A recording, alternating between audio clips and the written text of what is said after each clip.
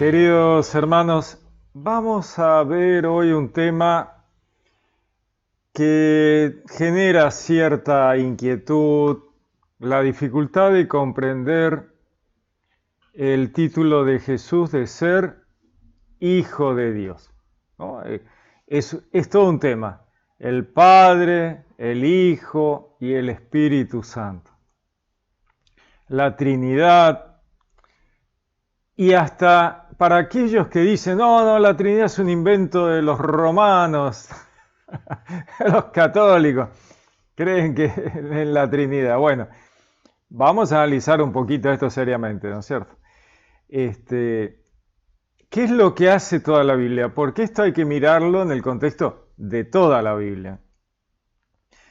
Toda la Biblia Dios usa un sistema para poder transmitirle a la gente, al humano, ideas muy complejas de lo trascendental, ¿no es cierto? Lo trascendental es verdaderamente complejo y entonces Dios, como sabe, obviamente, de nuestras limitaciones, entonces nos habla de una manera sencilla, fácil, ¿no? Algo súper sencillo. En el Génesis, por ejemplo, en el primer libro del Génesis nos habla de que la tierra estaba desordenada y vacía. Una forma sencilla para un profeta que está viendo una visión, está viendo aquella nebulosa primigenia y ve la tierra desordenada y vacía. Obviamente, estamos en el principio de todo, así que Dios no hace un tratado de astronomía y geofísica. No. Tan sencillo como eso. Este profeta mira y dice, desordenada y vacía, ya está. De la misma manera, en el Antiguo Testamento vemos esta imagen del Ruaj, del Espíritu de Dios, del Espíritu Santo, que anida, ¿no? La Sejiná, esa imagen de anidar, de ave que cuida a sus pollitos, sus pichoncitos, ¿no? Una imagen así muy amorosa de Dios bajando en el tabernáculo, bajando en el templo, como una niebla, ¿no? Como una nube que desciende en la cima del monte o en el mismo tabernáculo. Todas imágenes súper simples para que uno diga, ahí está Dios, mira, ahí bajó la nube, ahí está Dios, ¿no? ¿Qué hace Dios con Moisés? Le llama desde una zarza ardiente. Moisés anda dando vuelta con las ovejitas, ve la zarza ardiente y dice, ¿qué pasa ahí? Que esa zarza no termina de quemarse. Así que se acerca, la zarza sigue ardiendo, dice, qué raro que es esto. Y Dios le habla, ¿no? Moisés, sacate las sandalias porque el lugar que estás pisando es tierra santa. Una imagen súper sencilla, ¿no? Dice, pero ¿es tierra santa, Dios? Si yo estoy acá, dice Dios, la tierra tiene que ser santa. Así que sacate las zapatillas y vení que vamos a charlar. Imágenes simples para transmitir realidades muy complejas, ¿no? La santidad infinita de Dios, que el lugar que está cerca de Dios es algo absolutamente santo y distinto, que si te acercás a Dios lo tenés que hacer con humildad, reverencia, ¿no es cierto? Que esa tierra es tierra santa. Y va prefigurando otras situaciones más complejas a futuro, ¿no? Donde Dios pasa, pisa y se queda, es tierra santa, con la cual hay que tener muchísimo cuidado de comportarse. Esa tierra que pisa Moisés en ese momento es tierra santa, te sacás las sandalias y lo haces con humildad y reverencia. Luego sería el arca de la alianza. El arca de la alianza también se toca con cuidado con dos varitas y argollas y no se toca, hay que tener te morís, lo tocas mal, te pasás de listo, no tenés en cuenta lo sagrado, fuiste. Entonces todo con mucho cuidado. Es tierra santa. El Arca de la Alianza es tierra santa. Hay que tener muchísimo cuidado. Prefigura luego a María. María se transforma en tierra santa. ¿Por qué? Porque en su vientre va a pisar Dios. Dios va a estar en su vientre. Por lo tanto, María como contenedor, como caja, como arca, es santísima. No se puede tocar más que por Dios. Por donde Dios pasó, nadie más va a pasar, ¿no? La imagen del santuario en la profecía, que dice, esa puerta va a permanecer cerrada, porque Dios ha pasado por ahí, no se abre más. María no tuvo más hijos, pues la puerta de María está cerrada. Pasó Dios, se cerró para siempre. Tierra absolutamente santa. Bueno, todas esas imágenes sencillas de puertas cerradas y clausuradas, porque Dios ya pasó. Tierra santa, donde hay que sacarse las sandalias. Son imágenes sencillas para mentes humanas, sencillas que transmiten realidades trascendentales muy complejas, muy complejas. Entonces, Jesús habla del Padre, ¿no? Con una jerarquía, lo que se llama la jerarquía divina, ¿no? La jerarquía divina. La jerarquía de una empresa, gerente, subgerente, gerente de compras, empleados, clientes. ¿No es cierto? Hay niveles. Entonces, ¿qué nos dice Dios? Nos dice, primero le dice a Moisés, vení Moisés, te voy a hablar. Y él le dice, bueno, pero vos quién sos? Porque vos me estás mandando a sacar a mi pueblo. Ahora mi pueblo me va a preguntar, ¿quién te envió? ¿Qué Dios te envió? Así que yo algo le tengo que decir. Entonces Dios le da un nombre, le dice, mirá, yo soy el Dios aquel entre todos los dioses, fíjate que hay uno, yo el que tengo. No. Dios le da una declaración teológica de su verdad última. No le dice yo soy Pepito, no. Dios le dice, yo soy el que soy. Yo soy el que existe. El que soy es el que existe. Fíjense que por un lado la afirmación nos permite comprender una negación que está implícita en la afirmación. Yo soy el que existe. Ok. ¿Y quiénes son los que no existen? Pues si vos sos el que existe, hay alguien que no existe. ¿Quiénes son? Todos los otros dioses no existen. Yo soy el que existe. Los demás no existen. No existieron nunca, ni van a existir jamás. Yo soy el que soy. Yo soy el que existe. Pero esto va un poco más allá todavía. Yo soy el que existe. ¿Y lo demás no tiene existencia? No. Eso es lo que está diciendo Dios. Dios le está diciendo a Moisés, yo soy el que soy. Yo soy el que existe. Y yo soy lo único que existe. ¡Wow! Ahí sí que la cosa se pone fea. ¿Cómo es eso? A ver, vamos de vuelta. Yo soy el que soy. Yo soy el que existe. Y yo soy lo único con verdadera existencia. Y todo lo demás no existe. Yo no existo. Dios nos dice, no. Vos y toda la creación, yo, mi computadora, mi casa, la tierra, todo lo que vemos, lo que pensamos, lo real, lo imaginario, lo abstracto, lo concreto, los pensamientos, lo que puedo tocar, todo está manifestado en Dios. todo está manifestado en Dios. Porque Dios es el único que existe y lo único que existe. Entonces, todo, concreto, abstracto, pensamientos, cosas que se pueden tocar, lo que no se puede tocar, lo que veo y lo que no puedo ver, ¿no? La materia oscura del universo, la energía oscura que nadie puede ver, por eso lo llaman oscura, pues no se sabe dónde está. Todo es creación de Dios. No hay nada que no esté manifestado en Dios porque Dios es lo único que existe. No hay otro material. Yo estoy hecho de Dios. Todo está hecho del mismo material, de Dios.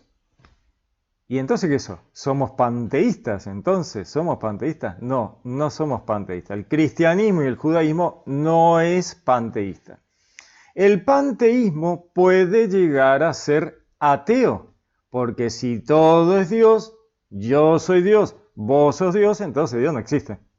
Y ahí es donde desbarranca el panteísmo. No, el cristianismo, el judaísmo es panenteísta. Panenteísta. ¿Y qué dice el panenteísmo? Dice, todo es Dios y todo está manifestado en Dios, pero el creador no se confunde con su criatura. El creador es el creador y la criatura su creación, manifestada en Dios. ¿Y manifestada por quién? ¿Cómo manifiesta Dios las cosas? A través de su palabra. Bereshit bara Elohim. En el principio, Dios bara manifestó. No, pero mi Biblia dice crear. Sí, pero no. Esa es una palabrita fácil de entender, por eso está crear por todos lados. Porque manifestar lleva una explicación más compleja, ¿no? En el principio Dios creó, todos contentos, felices, nos vamos con la Biblia bajo el brazo a casa, está todo genial. Lo podemos explicar a cualquiera. Bueno, pero recuerden que la palabra bara no es crear, es manifestar por la palabra. La palabra manifiesta lo que no estaba manifestado. Se manifiesta y las cosas existen. La palabra de Dios trae a la existencia lo que no existía. Manifiesta en Dios, sobre Dios, como quien dibuja en un lienzo, ¿no? Dios es el lienzo, Dios es la pintura, Dios es la mano y el pincel, todo, ¿no? Entonces, Dios por su palabra manifiesta la creación en él, sobre él. Por eso las cartas dicen, en él vivimos, nos movemos y existimos. Genial, ¿eh? Entonces, vamos a continuar. La palabra que manifiesta la creación estuvo siempre, pues es la palabra de Dios. ¿Cuándo Dios fue mudo? Nada, nunca fue mudo Dios. No es que Dios aprendió a hablar cuando era chiquito, no. La palabra de Dios estuvo siempre, siempre existió la palabra.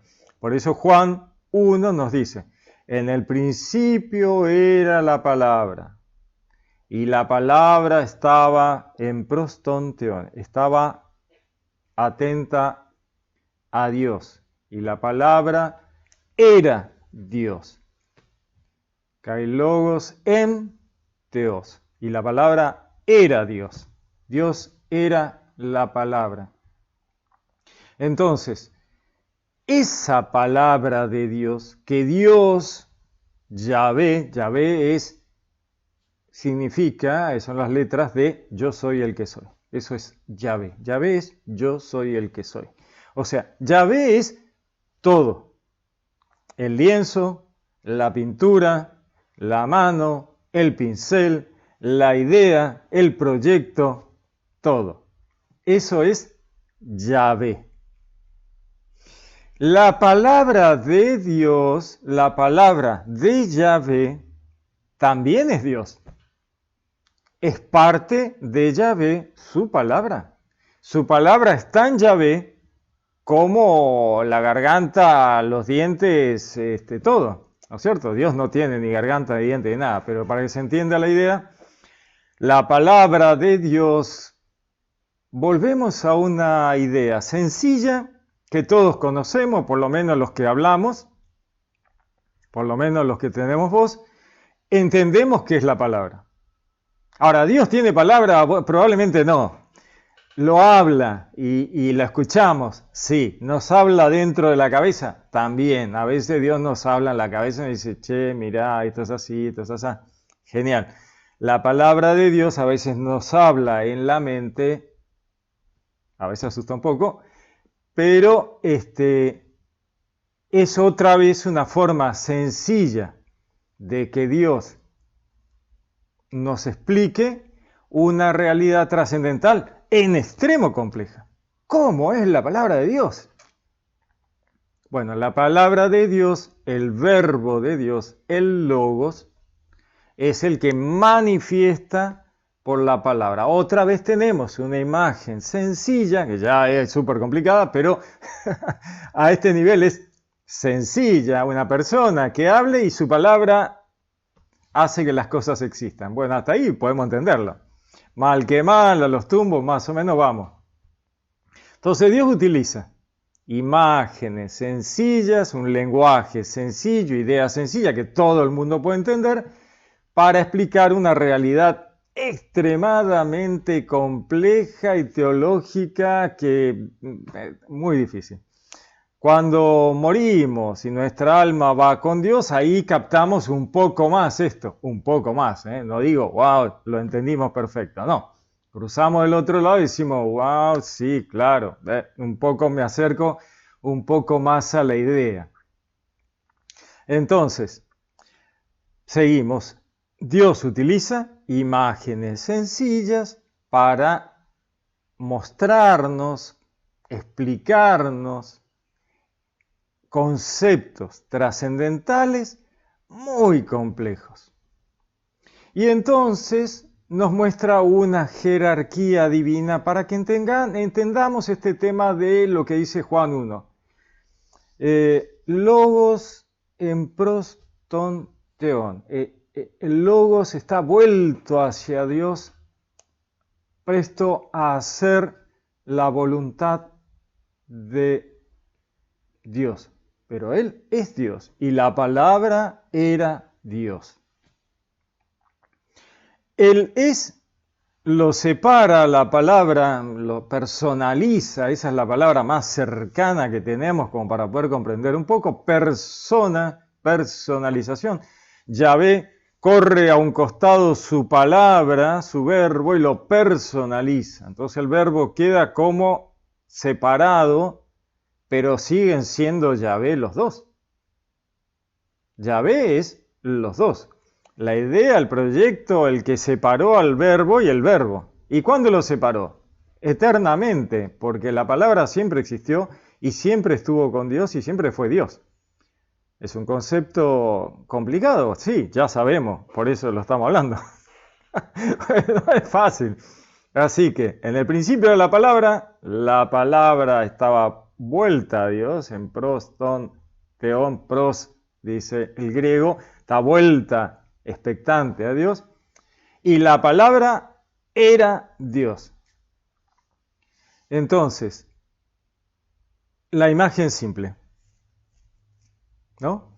Y entonces tenemos a ese verbo, esa palabra, que trabaja, funciona, tiene libre albedrío, tiene decisión y es todopoderosa. Todopoderosa. ¿Y por qué es todopoderosa? Porque es Dios. Entonces en el Apocalipsis vemos que dice, soy el alfa y el omega, el principio y el fin. Clarísimo. Todo empieza por mí, todo termina conmigo. Y mientras tanto, Él lo sostiene. Que manifiesta en el principio, sostiene todo funcionando en mientras tanto y desmanifiesta al final. Para la humanidad eso es una eternidad. Para Dios otra cosa que manifestó, sostuvo y desmanifestó al final.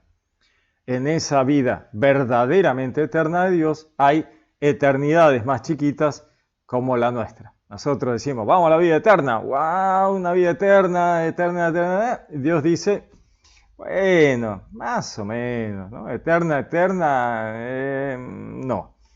Eternidad es la de Dios. Y la eternidad de la humanidad de la vida eterna es un tiempo muy largo que ustedes va a llegar un momento que se van a aburrir y van a decir, bueno, basta. Una eternidad bueno, larguísima, pero hay un momento en que el verbo desmanifiesta y arranca de nuevo, con un proyecto nuevo. Porque Dios tiene mucho tiempo. Dios tiene mucho tiempo. Y entonces la vida eterna no es eterna. Bueno, para nosotros sí, es una eternidad, una locura de tiempo, ¿no? Te da el mate para entender la eternidad del tiempo humano. El alma, una cosa de locos. Pero para Dios, que maneja otra temporalidad, la eternidad es otra cosa. Es verdaderamente eterna. Siempre. Por siempre, de los siglos, como decimos, ¿no? Eternidad absoluta. Bien, ahora tenemos este verbo, la palabra de Dios que ha sido personalizada, que se ocupa de manifestar y es todopoderosa. Manifiesta al principio, sostiene mientras tanto, desmanifiesta al final. Acá tenemos entonces Yahvé como Dios que ha separado afuera, a un costado, dentro de él, porque no hay otro lugar, al verbo, ¿no? Y entonces ese verbo tiene una cierta libertad para hacer las cosas. Y después tenemos el Espíritu de Dios. El Ruach HaKodesh, el Ruach HaKadosh, el Espíritu de Dios, el Espíritu Santo, el Espíritu de Santidad, que está siempre, en la Biblia está siempre. ¿Y de dónde sale el Espíritu Santo? ¿Proviene del Padre, entre comillas, o proviene del Hijo, entre comillas? ¿Por qué digo entre comillas? Porque otra vez no nos alcanza la palabra, ni Padre ni Hijo. El Espíritu Santo, ¿de dónde viene? El Espíritu Santo es el Espíritu de Dios. Otra vez una imagen sencilla. El Espíritu de Dios. ¿Y entonces de dónde proviene? Tanto del Padre como del Hijo. Porque los dos son Dios. Entonces, el Espíritu Santo proviene de Dios. ¿Y Dios quién es? El Padre, pues no tenemos otra palabra, tenemos otra palabra, y del Verbo. El Padre y el Verbo. Y de ahí viene el Espíritu de Dios, que es el Espíritu Santo. Entonces tenemos la famosa Trinidad. Dios, Padre, porque ha separado al Espíritu Santo y al Verbo, Verbo, Hijo y Espíritu Santo. ¿Y en qué momento el Verbo se transforma en el Hijo? Ahí está el punto, la clave de este asunto. ¿En qué momento el Verbo se convirtió en Hijo? ¿Es acaso el Padre un Padre y el Hijo un Hijo? No.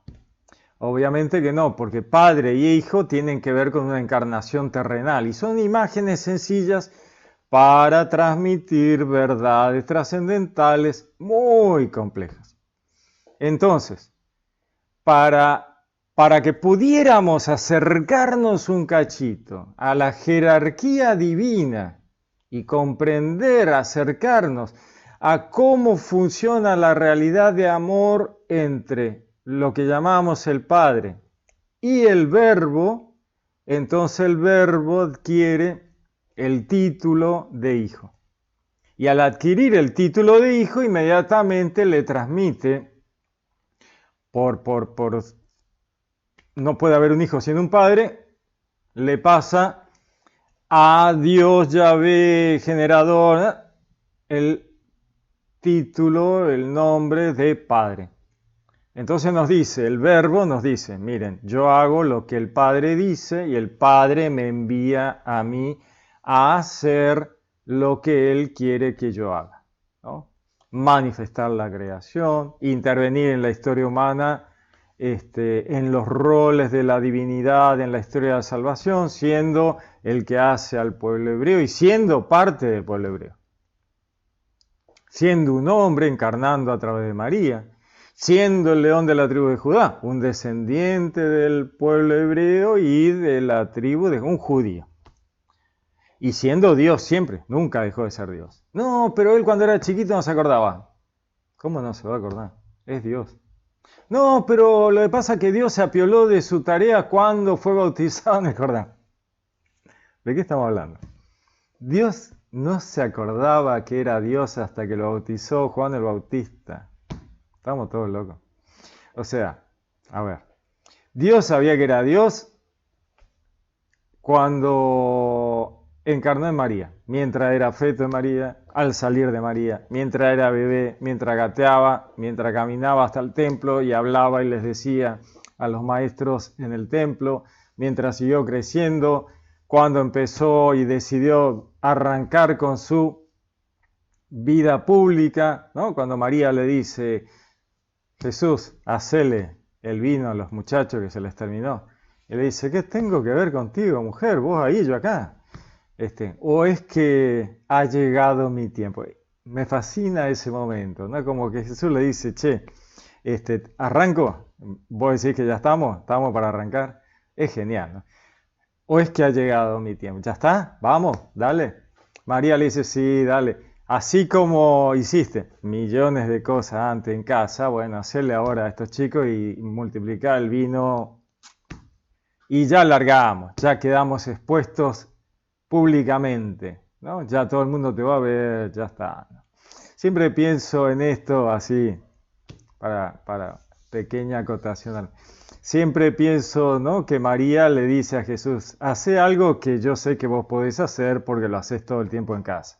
¿Qué es? Multiplicar las cosas, ¿no? O sea, Jesús, dale vino a los pibes, ¿no? Como diciendo, algo de todos los días. No es una cosa así rarísima para María. María le dice, Jesús, dale vino a los pibes. No, pero se les terminó, ¿de dónde lo voy a sacar? El supermercado está cerrado, mirá la hora que es, ¿de dónde? No, Jesús dice, bueno, dale, ahora, hoy, vos decís que ya estamos. Es genial, es espectacular. Bueno, el verbo nos transmite de manera sencilla realidades complejas diciéndonos mi padre, tu padre, su padre, como diciendo yo humano me pongo al nivel de ustedes, pero no porque he bajado y entonces soy una porquería, soy un humano desastroso igual que ustedes. No, si él manifestó a la humanidad tiene un nivel alto de santidad y la humanidad está buenísima y la materia está genial porque la manifestó Dios. ¿Cómo Dios va a hacer cosas feas, malas? No. Entonces Dios dice, bueno, voy a entrar en esta dimensión humana y ustedes entiendan que yo estoy, mientras estoy acá con ustedes, soy hermano de ustedes. Porque mi Padre es el mismo Padre de ustedes, porque yo he encarnado como un humano. Y entonces nos muestran la jerarquía divina. Mi Padre, vuestro Padre. Mi Dios, vuestro Dios. Entonces dicen, ves que Jesús tiene Dios. Entonces Jesús no es Dios. Si Él tiene Dios, ¿cómo va a ser Dios? Jesús simplemente nos está mostrando una forma sencilla de que la humanidad se identifique, ¿no? Mi Dios y vuestro Dios. Él dice, yo como humano, el Padre es mi Dios. Para ustedes es lo mismo, ¿no? Pero dice, yo y el Padre somos uno. Quien me ha visto a mí, ha visto al Padre, ¿no? Dice, mira, vos querés ver al Padre, vos querés saber cómo obra el Padre, qué hace, de qué piensa. Mírame a mí, porque yo soy imagen del Padre, soy parte de el Padre. Vuelvo al Padre. Jesús dice, vuelvo al Padre. No dice, vuelvo donde está el Padre a saludar. No, vuelvo al seno del Padre, porque yo y Él somos Ejad, uno compuesto. Yo y el Padre somos uno. Ese uno en griego no refleja lo complejo del uno. En el hebreo sí. En el griego es uno, pero en hebreo es ejad, la unidad compuesta. ¿Y de dónde saca Jesús eso? Bueno, Jesús es Dios, Él les dio el Shema a Israel a los judíos en la antigüedad. Entonces Él está volviendo a aquello que ya les dijo. Shema Israel, Adonai Eloheinu, Adonai Ejad. El Señor, nuestro Dios, el Señor es uno, Ejad, unidad compuesta. Entonces Él está diciendo, yo y el Padre somos Ejad, una unidad compuesta. Inmediatamente los judíos manotearon piedra para matarlo porque eso era una blasfemia tremenda. ¿Cómo Jesús se hacía Dios? Y vos decís, no se está haciendo Dios, está diciendo que Él y el Padre son uno. Justamente, está siendo parte de la unidad compuesta de Dios. Yahvé es uno con el verbo. La unidad compuesta. Yo y el Padre somos uno. Shema Israel, Adonai Eloheinu. Adonai, el Señor, es uno. Ejad. Adonai, Ejad. Como vemos, son imágenes sencillas para transmitir realidades complejas. El ángel le dice a María, Dios te va a cubrir con su sombra y el hijo que vas a tener va a ser llamado Hijo de Dios. Va a ser llamado Hijo de Dios. Será llamado Emanuel, Isaías. El ángel le dice, será llamado Hijo de Dios. El nombre de Jesús es Yeshua. La salvación viene de Yahvé. Yahvé salva, Yahvé sana. Yeshua. Entonces, ¿qué le está diciendo el ángel a María? Mira, va a ser llamado Hijo de Dios. Va a adquirir el título de Hijo de Dios. Cuando está bautizándose, Jesús lo está bautizando Juan el Bautista, se abre el cielo y el Padre dice, este es mi Hijo amado, yo te he engendrado hoy. Baja el Espíritu Santo sobre él. ¿Es en ese momento que el Hijo de Dios es engendrado? No. En ese momento, esa relación, esa imagen, ese vínculo, esa idea se consolida y entonces Él dice, ese es mi Hijo muy amado. Imagen simple, sencilla, como para que todos digamos, claro, sí, tiene razón. Hijo, mi Padre, vuestro Padre, mi Dios, vuestro Dios. Bueno, tratemos de profundizar la imagen, la idea trascendental y teológica que hay detrás de todo esto. Yo sé, sí, claro, es complicado. Pero bueno, hay que hacer un esfuercito para no quedarnos pegados a las imágenes terrenales, familiares, de padre e hijo, y entonces Jesús es hijo, entonces no es el Padre, entonces Jesús no es Dios. No, sí, Jesús es Dios. En el principio de la palabra estaba vuelta así y la palabra era Dios. Punto. Todo lo demás es para que los chicos puedan comprender un poco mejor. Dibujito en el pizarrón, jerarquía divina, pero es la palabra hecha carne que habitó entre nosotros. Todo ha sido hecho por ella y sin ella nada existiría. Juan, el Evangelio de Juan, espectacular. ¿Qué haríamos sin Juan? Entonces, ¿no es cierto? Apocalipsis. Yo soy el alfa y el omega, el principio y el fin. Jesús. El verbo que encarna, pero el verbo sigue siendo el verbo.